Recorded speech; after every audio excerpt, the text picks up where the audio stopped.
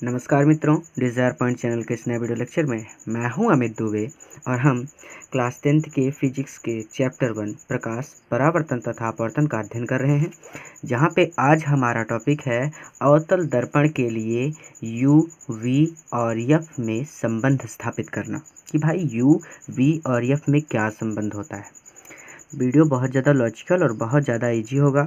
एक काम आपको और करना है कि पेन और पेपर लेकर बैठ जाइए, ताकि जैसे जैसे मैं करता चलूँ आप मुझे फॉलो करते चलें और आपके लिए ये टॉपिक और ज़्यादा आसान हो जाए। पिछली कई बातों का उपयोग हम इस वीडियो में करेंगे, इसलिए ध्यान पूर्वक समझिएगा। सबसे पहले हमें एक अवतल दर्पण की आवश्यकता होती है, तो चलिए हम अपना अवतल दर्पण बना लेते हैं कि भाई हमने एक अवतल दर्पण इस तरह से लिया है। मान लेते हैं इसका नाम है M1 और M2। ठीक है, ये अवतल दर्पण है। पिछले भाग को हमने कल ही किया हुआ है। अब देखिए, हमने माना कि मुख्य अक्ष के किसी बिंदु पर कोई वस्तु AB रखी हुई है। ठीक है, अब AB के समांतर यानी मुख्य अक्ष के समांतर आने वाली प्रकाश की किरणें इस तरह से आएंगी। ध्यान से समझिएगा, बस चित्र बनाना आपको आ जाए, उसके बाद तो सब कुछ आसान है। आएंगी और दर्पण से टकराने के पश्चात जब परावर्तन होगा तो वो सभी मुख्य फोकस से होकर चली जाएंगी। तो भाई जहाँ से जा रही हैं हम वहीं पे मान लेते हैं फोकस। इस तरह से आप पटरी और प्रकार की सहायता से अच्छी तरह से चित्र बनाएंगे। ठीक है, मैं हाथ से ही बना दे रहा हूँ, आपको पटरी और प्रकार से बनाना है। तो इस तरह से ये प्रकाश की किरण जा रही है। अच्छा, दूसरी प्रकाश की किरण लाते हैं। चलिए, दूसरी प्रकाश की किरण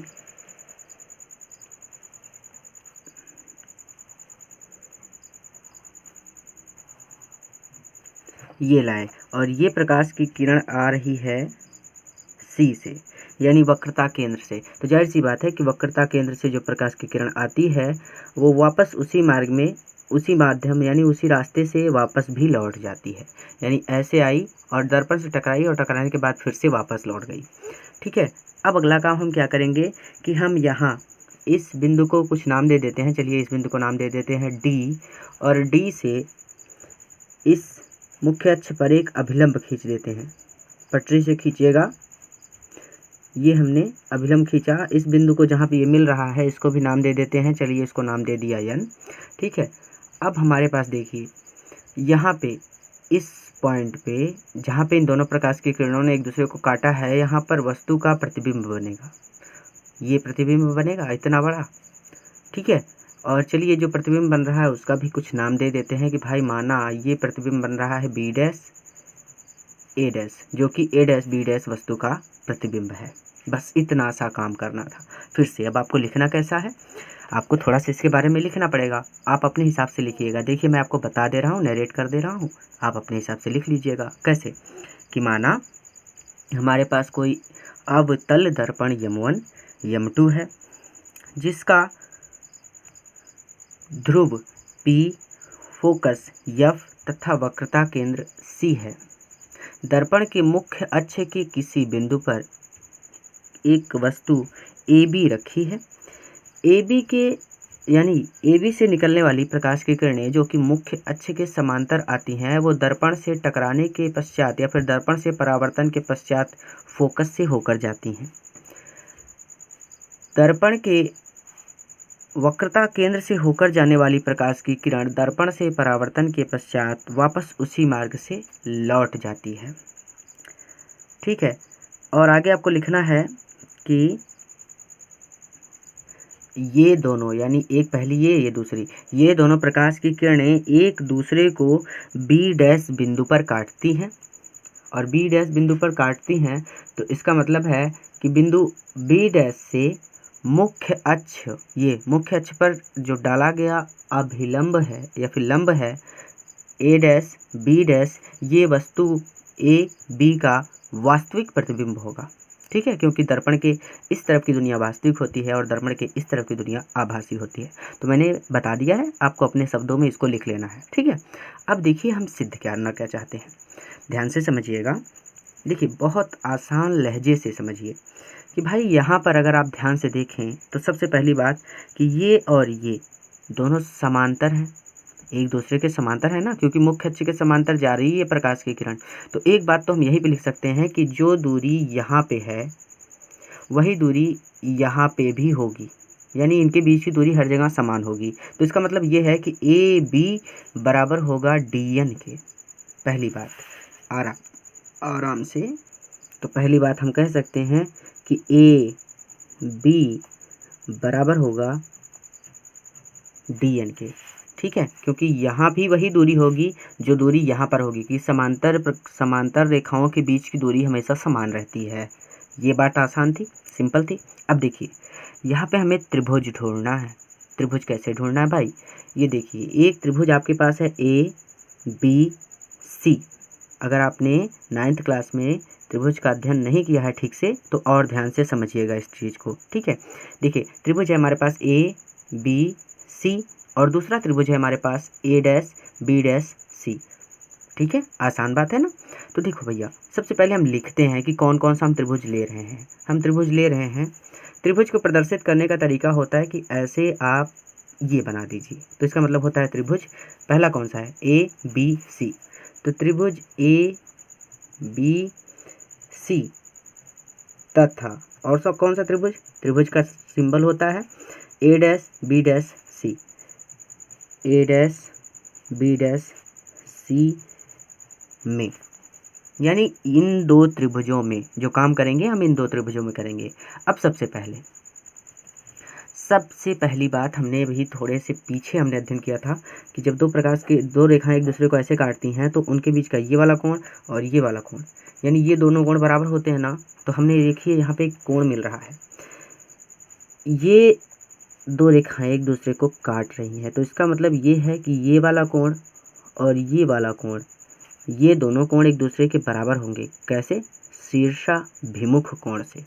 तो कोण प्रदर्शित करने का तरीका क्या होता है भाई, कि भैया आप ऐसे यल को थोड़ा सा तिरछा बनाइए, जो कोण प्रदर्शित करना है उसे बीच में लिखिए।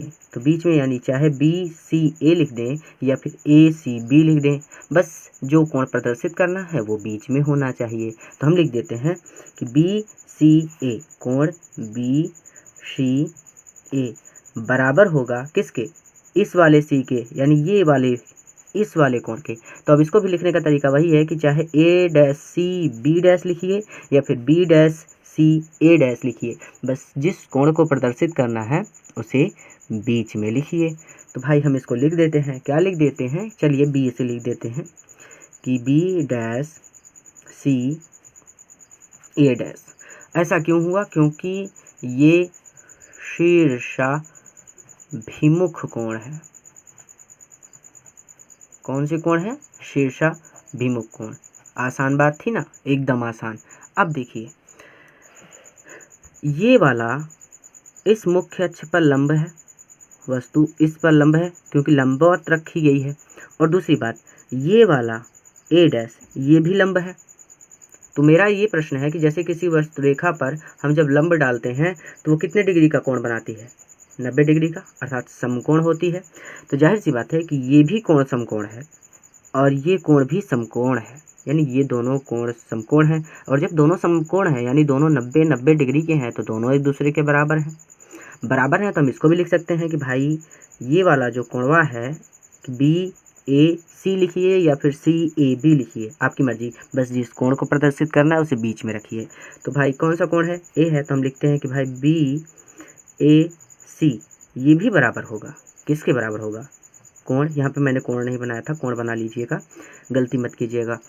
कोण B'A'C लिखें या फिर CA'B लिखें, ठीक है। तो हम लिख देते हैं B'A'C के, भाई B'A'C के, क्यों, क्योंकि समकोण है।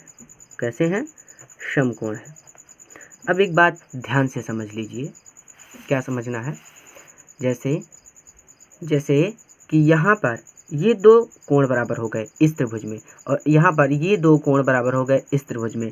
तो जब किसी भी त्रिभुज के दो कोण आपस में बराबर हो जाएं, किन्हीं दो त्रिभुजों के दो कोण आपस में बराबर हो जाएं तो तीसरा कोण भी बराबर होगा, ठीक है। इसको लिखते हैं कि भाई चूंकि त्रिभुज में दो कोण समान हैं, दो कोणों को हमने समान कर लिया, अतः तीसरा कोण, चाहे आप यहाँ पे तीसरा लिखिए या फिर 3 लिखिए कोई बात नहीं, तो तीसरा कोण भी बराबर होगा। यहाँ पे आप चाहे तो बराबर भी लिख सकते हैं कि चूंकि त्रिभुज में दो कोण बराबर हैं अतः तीसरा कोण भी बराबर होगा। अब भाई ये तो आंखें बंद करके लिखने वाली बात है कि जब दो कोण बराबर हो गए किन्हीं दो त्रिभुजों में तो तीसरा वाला अपने आप बराबर हो जाएगा, यानी ये बी वाला कोण इस बी डैश के बराबर होगा। तो अब इसको भी प्रदर्शित कर देते हैं कि भाई ये रहा कोण, चाहे ए बी सी लिखें या फिर सी बी ए लिखें, तो हम लिखते हैं कि ए बी सी बराबर होगा कोण। अब बी डैश को बराबर करना है तो ए B dash C, A dash B dash C के। आसान बात है। अब देखिए, अब बात क्या हुई कि जब किन्हीं दो त्रिभुजों के तीनों कोण बराबर हो जाते हैं ना, तो वो दोनों त्रिभुज एक दूसरे के समरूप होते हैं। समरूप मतलब जुड़वा। जैसे जुड़वा मूवी में वरुण धवन दोनों थे, कौन पता नहीं चलता था कौन पहला है कौन दूसरा है, उसी तरह से वो दोनों समरूप हो गए। अब यानी अब हम उनका आसानी से अध्ययन कर सकते हैं। तो हम कह देंगे कि अतः जो दोनों त्रिभुज हमने लिए थे, आप चाहें तो दोनों त्रिभुजों के नाम लिख सकते हैं कि भाई ए बी सी तथा ए डैश बी डैश सी दोनों समरूप होंगे, या फिर आप सिंपली लिख सकते हैं अतः दोनों त्रिभुज, आप यहाँ पे त्रिभुज लिखिएगा, समरूप होंगे। आसान बात है। अब मेरी बातों को ध्यान से समझिएगा। इस चित्र को आप अच्छे से बना लीजिए, क्योंकि बहुत ज़्यादा इसमें पॉइंट करने की वजह से गलती हो सकती है। तो अभी आप वीडियो पास कीजिए, इस चित्र को बनाइए, फिर देखिए, ध्यान से समझिएगा। अब देखिए, जब दोनों त्रिभुज समरूप हो गए ना, तो हम जाहिर सी बात है कि इसके लंब का बटा इसका लंब कर सकते हैं और बराबर करके इसके आधार का बटा इसका आधार कर सकते हैं। फिर से आराम से, कोई जल्दी नहीं, कहीं नहीं जाना। कि भाई देखिए, इसका ये वाली भुजा जो लंब है और इसका कौन सा लंब है भुजा, ए डैश बी डैश, तो इन दोनों को हम बटा करके लिख सकते हैं कि भाई ये है ए बी, तो इसका मतलब है कि ए बी बटे इस वाले का ए डैश बी डैश, ए डैश बी डैश, फिर बराबर इस त्रिभुज का आधार क्या है, ए बी, और इस वाले त्रिभुज का आधार क्या है, इस वाले त्रिभुज का आधार क्या दिख रहा है आपको, क्या दिख रहा है भाई, सॉरी ए सी है, यहाँ पे सी है, ए सी इसका आधार है और इसका आधार क्या होगा, देख रहे हो, ए डैश सी। आसान है, बहुत आसान है, ध्यान से समझिए कि जब इसका आधार ये है तो इसका आधार ये होगा, तो भाई ए सी आधार इसका पहले वाले का आधार बटे दूसरे वाले का आधार सी ए डैश, और इसको बना दिया समीकरण नंबर 1। आसान था, कुछ भी नहीं किया। अब ध्यान से समझिएगा, अब हमारे पास दो त्रिभुज और हैं। दूसरा त्रिभुज है डी एन एफ और इधर ए डैश बी डैश एफ। तो अब हम लिखेंगे कि त्रिभुज, भाई हमारे पास क्या है, डी एन एफ तथा ए डैश बी डैश एफ, त्रिभुज ए डैश बी डैश एफ में। अब देखो भैया, ध्यान से समझना, जिस तरह से हमने इन दोनों को समरूप सिद्ध किया है उसी तरह से ए डैश बी डैश एफ और डी एन एफ ये भी समरूप होंगे। अगर आप बढ़ा कर लिखना चाहें तो आप यही स्टेप फॉलो करके इन दोनों को समरूप सिद्ध कर सकते हैं, या फिर आप सीधा सीधा लिख सकते हैं कि त्रिभुज डी एन एफ और त्रिभुज ए डैश बी डैश एफ भी समरूप होंगे। सिंपल, जब इतना आप लिख दिया तो आपने डी एन के बराबर क्या लिख सकते हैं, ए डैश बी डैश। तो आप सिंपली लिख सकते हैं कि भाई पहले वाले का लंब डी एन है और दूसरे वाले का लंब है ए डैश बी डैश, फिर बराबर पहले वाले का आधार एफ एन है पहले वाले का आधार एफ एन है और दूसरे वाले का आधार एफ ए डैश, तो भाई ये हो जाएगा एफ ए डैश इस तरह से, और इसको आप बना देंगे समीकरण नंबर 2। आसान बात है। अभी देखिए एक चीज़ हमने अभी से देखी थी कि ए बी जो है वो बराबर है डी एन के, तो जहाँ पे डी एन लिखा है वहाँ पे हम ए बी लिख सकते हैं। आसान बात है भाई, लिख देते हैं इस बात को कि चूँकि इसको यहाँ पे नहीं, हम डी एन के स्थान पे सीधा ए बी लिख देते हैं, तो ए b upon a dash B dash बराबर ए सी अपान सॉरी ये यहाँ पे लिखना है अभी, बस थोड़ा सा मैं आगे चला गया था। ये हो जाएगा डी एन के स्थान पे हमने ए बी लिख दिया, और ये हो जाएगा f n upon f a dash, चूँकि हम जानते हैं कि डी एन बराबर ए बी। ठीक है, आसान बात है। अब देखो भैया, देखना ध्यान से समझना, ये समीकरण 2 ही है हमारा। ठीक, अब देखो जो मैं आगे बढ़ गया था वही चीज़ कि भाई ये दूसरा समीकरण, ये पहला समीकरण, दोनों समीकरण दिख रहे हैं। देखो दोनों के लेफ्ट हैंड साइड यानी बायां पक्ष, इसका भी a b upon a dash B dash, इसका भी a b upon a dash B dash, दोनों के बाएं पक्ष बराबर हैं। तो पिछले दोनों वीडियो में जहाँ पे हमने यह बराबर आर अपान 2 सिद्ध किया था, तो हम क्या करते थे, जब दो समीकरण के बाएं पक्ष बराबर होते थे तो हम दाएं पक्ष को बराबर कर देते थे। तो इसका मतलब हम लिख सकते हैं कि समीकरण 1 व 2 से क्या लिख सकते हैं कि जब दोनों के वाम पक्ष बराबर हैं यानी लेफ्ट हैंड साइड बराबर हैं, तो राइट हैंड साइड बराबर लिख सकते हैं।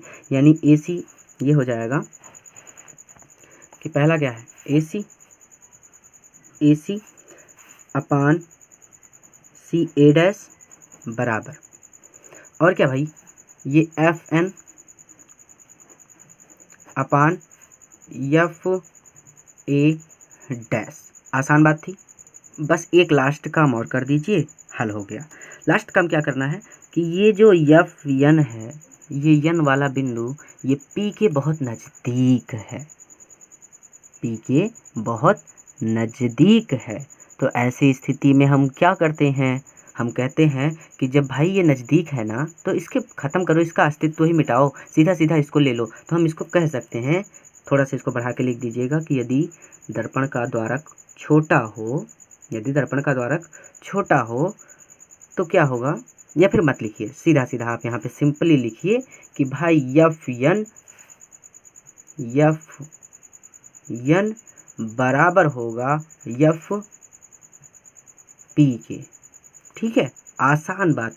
और ये चीज़ आपको लिख देनी है यहाँ पे लगभग, पूर्णतः नहीं लिखना, लगभग।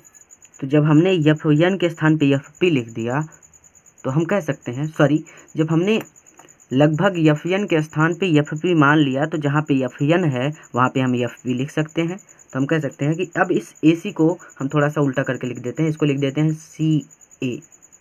ठीक है, और ये तो सी ए डैश है, ए डैश बराबर एफ एन के स्थान पे हम क्या लिख सकते हैं, एफ पी। तो ये हो जाएगा एफ पी अपान, ये तो वैसे ही रहेगा, तो एफ ए डैश। आसान बात थी, कुछ भी नहीं किया। यहाँ पे आपको लिख देना है, चूँकि हम जानते हैं भाई कि एफ एन बराबर एफ पी। ठीक है, इसलिए हमने यहाँ पे एफ पी लिखा है एफ एन के स्थान पे। ठीक है, और इसको बना देना है आपको समीकरण नंबर 3। ठीक है, अब देखो हम गजब का नियम लगाने वाले हैं यहाँ पे। सबसे पहले हमें सी ए है, ये सी ए डैश है बराबर F P upon f a dash, इतनी बात है। अब इस चित्र में थोड़ा सा आ जाइए। अगर आपको सी ए चाहिए, इस चित्र में ध्यान से समझिएगा कि भाई ए सी, फिर से इसको लिख देते हैं अच्छी तरह से क्योंकि समझ में नहीं आ रहा। ये ए है, ये सी है, ये एफ है, और ये एन तो दिख रहा है। देखिए ध्यान से समझिए कि हमें चाहिए सी ए सी, दिख रहा है, देखो ये हमें सी ए का मान चाहिए। तो हम सी ए का मान कैसे निकाल सकते हैं भाई, ये पूरी की पूरी दूरी इतनी है ना, इतनी है ना। तो अगर हम क्या करें भाई, अगर इस पी ए, इस पूरी दूरी में यहाँ से लेकर यहाँ तक, ये पी से लेकर ए तक, यानी ए पी या फिर पी ए, तो इस पी ए में से इस पी सी को काट दे तो भाई इतना तो कट जाएगा ये पूरा का पूरा, और बचेगा सिर्फ इतना सी ए, तो हमें सी ए मिल जाएगा। तो यानी हम सिंपल भाषा में कह सकते हैं कि पी ए में से हम घटा दें पी सी को, तो हम इसको लिख सकते हैं कि पी ए माइनस पी सी।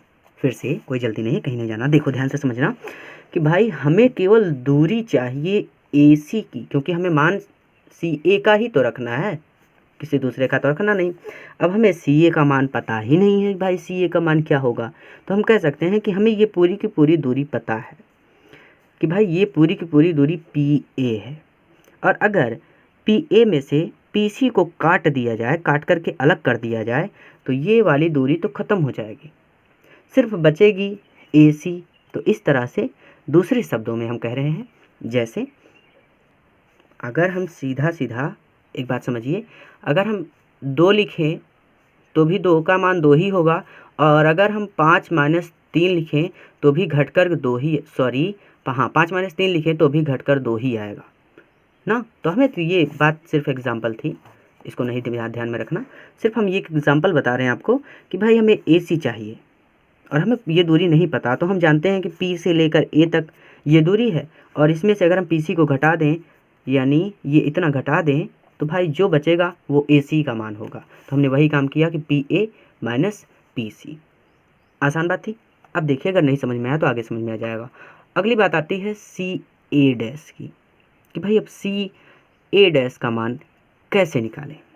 देखो भाई ये है सी और ये है ए डैश, सी ए डैश। अब देखिए हमें पता है कि भाई अभी हमें सी ए डैश का मान नहीं पता, हम जानते हैं कि यहाँ से लेकर यहाँ तक की दूरी पी सी है, यहाँ से लेकर यहाँ तक की दूरी पी सी है, और अगर हम पी सी में से पी ए डैश, क्या पी सी यानी पी सी में से पी ए डैश घटा दें, तो ये वाली दूरी ख़त्म हो जाएगी और बचेगा केवल सी ए डैश। तो हम इसको भी लिख देते हैं कि भाई सी ए डैश का मान निकाल रहे हैं ना, तो सी ए डैश का मान जो है यहाँ पे हम इसको लिख सकते हैं कि भाई पी, ये है पी सी माइनस क्या भाई पी ए डैश। सिंपल बात थी कि p c minus p a dash. अब फिर क्या है, बराबर, बराबर कर देंगे एफ पी।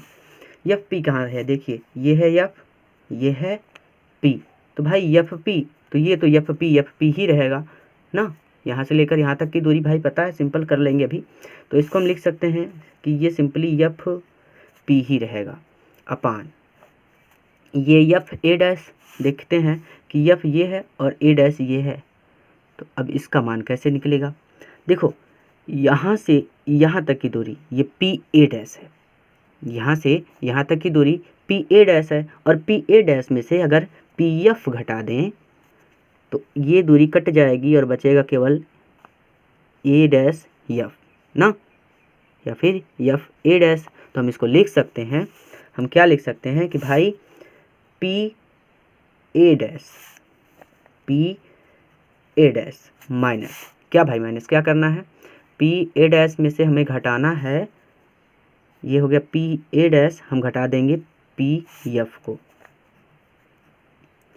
इतनी बात समझ में आई, बहुत आसान था। इसको बना दीजिए समीकरण नंबर 4।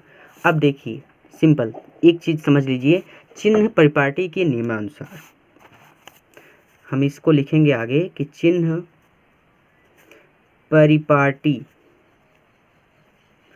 के नियमानुसार।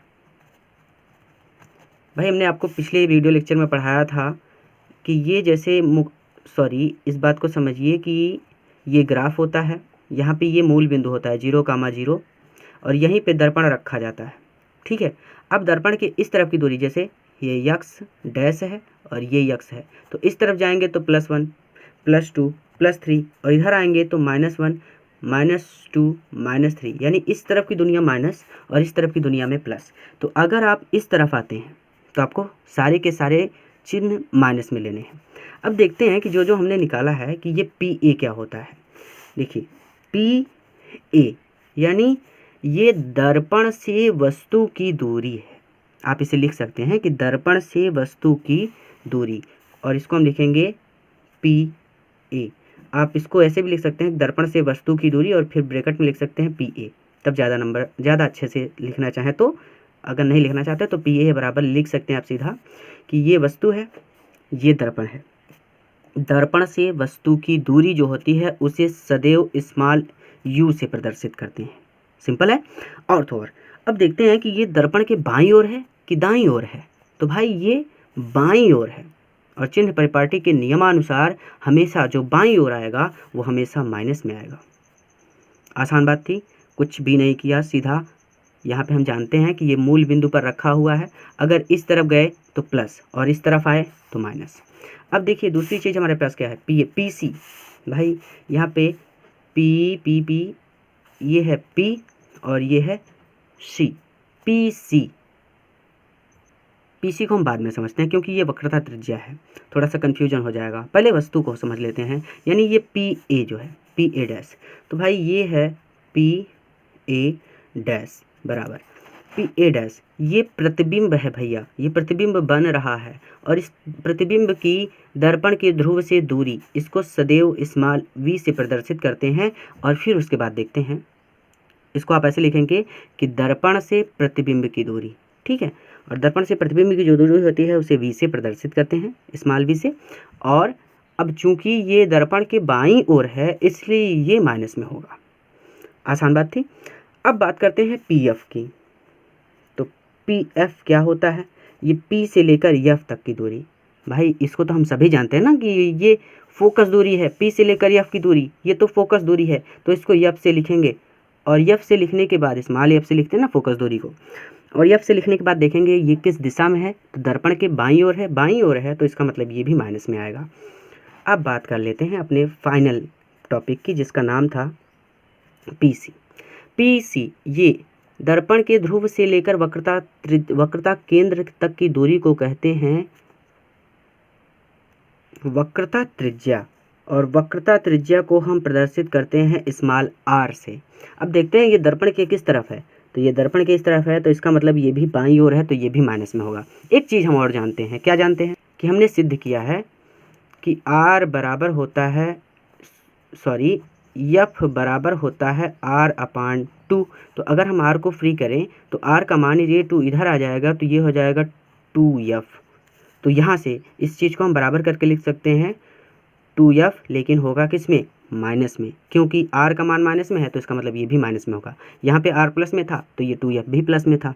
सिंपल बात है कि भाई हम जानते हैं कि r बराबर 2f होता है, तो भाई हम r के स्थान पे हमारी जगह 2f यूज करेंगे। अब यही सारे मान, अब इस चित्र की कोई आवश्यकता नहीं है, ठीक है। अब यही सारे मान हमें हल कर देने हैं, उसके बाद हमारा हल आ जाएगा, सिद्ध हो जाएगा।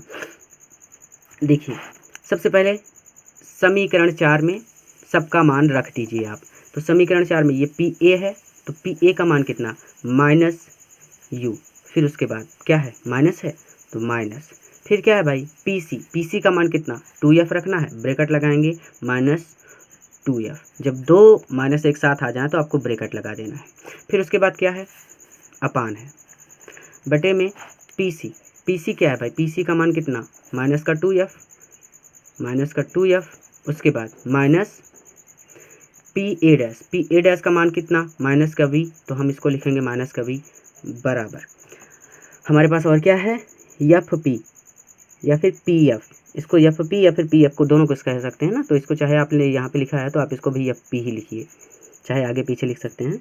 तो ये हो जाएगा एफ पी का मान कितना, एफ पी का मान है भाई माइनस का F upon P a dash क्या है, माइनस का v, फिर पी एफ के बाद minus, sorry P a dash के बाद माइनस, फिर पी एफ यानी एफ पी का मान कितना, माइनस का एफ, इतना हुआ। अब सिंपली इसको हल कर लेना है। देखिए ये माइनस का u तो माइनस का u ही होगा, फिर ब्रैकेट के अंदर जाने की वजह से यानी माइनस माइनस हो जाएगा प्लस का 2f अपान, ये माइनस का 2f है, ये तो माइनस का 2f ही रहेगा, ये माइनस माइनस हो जाएगा प्लस v। ये बात तो समझ में आ रही ना कि ब्रैकेट के अंदर गया तो चिन्ह को परिवर्तित कर दिया। फिर बराबर ये माइनस का एफ है, माइनस का एफ ही रहेगा, ये माइनस का वी है, माइनस का वी रहेगा, और ये एफ इधर जाएगा तो ये प्लस में एफ हो जाएगा। ठीक है, अब हम लगाएंगे वज्र गुणनखंड विधि, यानी तिर्यक गुणा जिसे कहते हैं, किसी भी नाम से आप जानिए, इस तरह से, यानी इस वाले में इसका गुणा और इस वाले में इसका गुणा। तो इसको हल करते हैं, कैसे होगा कि ये हो जाएगा इसमें, तो हम इसको ब्रैकेट करके लिखते हैं कि माइनस का v प्लस का f, और ये हो जाएगा माइनस का u प्लस का 2f, और बराबर ये f है, माइनस f गुणा होगा किस में, माइनस का 2f प्लस v में। ठीक, अब एक एक को उठाते हैं, पहले v से, तो माइनस का v गुणा होगा माइनस का u प्लस 2f में, ये u है, और उसके बाद प्लस का f गुणा होगा माइनस का u प्लस 2f में, और इधर गुणा करना चाहें तो कर सकते हैं, या फिर रहने दें अभी कि माइनस, चलिए गुणा कर देते हैं, माइनस माइनस का गुणा प्लस, और 2f का गुणा हो जाएगा 2f स्क्वायर, आसान बात है, और माइनस ये हो जाएगा प्लस माइनस का गुणा माइनस, और f का v में गुणा करेंगे तो ये हो जाएगा fv। इधर भी गुणा करते हैं, ये v है, ये u है, पहले चिन्हों का गुणा, तो माइनस माइनस का गुणा प्लस vu का गुणा हो जाएगा ये v और ये u, फिर माइनस माइनस यानी प्लस माइनस का गुणा माइनस, ये 2 है तो 2 ही रहेगा, और v का f में गुणा होगा, ये हो जाएगा fv, फिर प्लस, फिर क्या है भाई, ये प्लस है ये माइनस है, प्लस माइनस का गुणा तो होता है माइनस, और u और ये प्लस प्लस का गुणा प्लस, ये हो जाएगा 2f स्क्वायर। यफ का गुणा यफ में करेंगे, जैसे यक्स का गुणा यक्स में करते हैं तो यक्स स्क्वायर आता है, उसी तरह से यफ का गुणा यफ में करेंगे तो यफ स्क्वायर आएगा, और बराबर ये है 2f स्क्वायर प्लस माइनस यफ वी। अब सबको एक तरफ लाते हैं, एक तरफ लाने से पहले एक चीज़ हमें दिख रही है, और वो ये चीज़ है कि यहाँ पे भी प्लस का 2f स्क्वायर है, और यहाँ पे भी प्लस का 2f स्क्वायर है, दोनों तरफ है, और ये भी प्लस है ये भी प्लस है, और जब इसको इधर लाएंगे, यानी सिंपल सी बात है कि अगर इसको समीकरण के इस तरफ लाएंगे तो प्लस वाला माइनस में हो जाएगा ना, तो जैसे 2x square minus 2x square, ये दोनों कट जाते हैं, जीरो आता है, उसी तरह से 2f स्क्वायर, फिर ये वाला इधर आएगा तो ये भी माइनस 2f स्क्वायर, यानी 2f स्क्वायर 2f स्क्वायर, ये दोनों तो कट गए, इनका अस्तित्व तो समाप्त हो गया।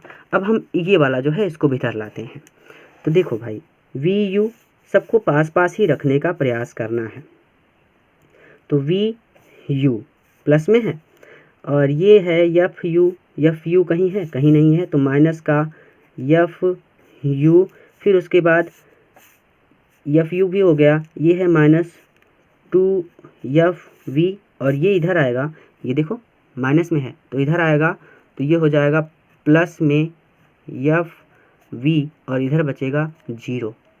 ठीक है, अब देखो भैया इधर देखना, समझना ध्यान से, क्या समझाना चाहते हैं कि यहाँ पे हमारे पास है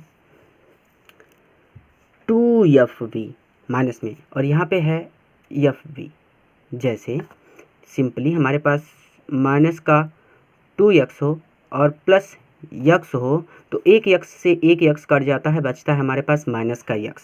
ठीक उसी तरह से ये हो जाएगा vu तो vu ही रहेगा, माइनस fu तो fu ही रहेगा, बचेगा क्या हमारे पास, ये 2 है यानी ज़्यादा है, एक fv से एक fv घट जाएगा, उसी तरह से जैसे एक x से एक x कट जाता है, बचता है माइनस में, तो माइनस बचेगा, ये हो जाएगा हमारे पास केवल fv। सिंपल बात है कि जैसे यहाँ पे 2x था माइनस में और यहाँ पे x था, तो x से x कट गया, यानी ये 2 कट गया और बचा केवल x, उसी तरह से यहाँ पे ये 2 कट गया, बचा केवल fv, और बराबर करके बच गया 0। पूरी की पूरी बात समझ में आई।